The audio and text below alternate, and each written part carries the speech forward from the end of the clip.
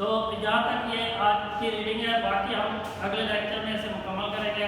اگر کوئی سوال ہو آپ کا تو آپ اسکول آ کر یا دیے گئے نمبروں سے رابطہ کر